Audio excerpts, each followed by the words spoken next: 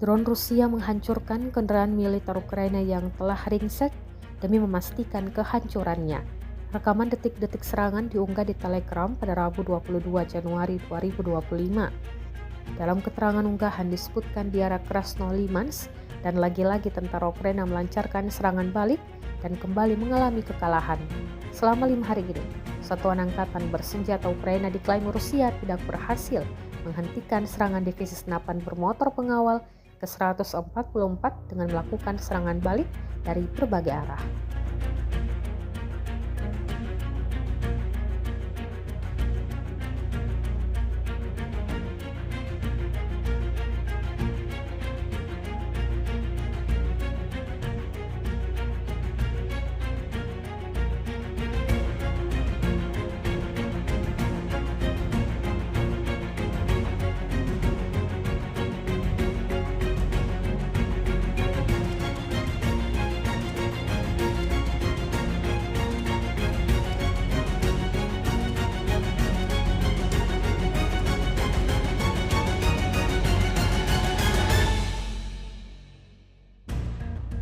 Download Tribun X sekarang, menghadirkan lokal menjadi Indonesia.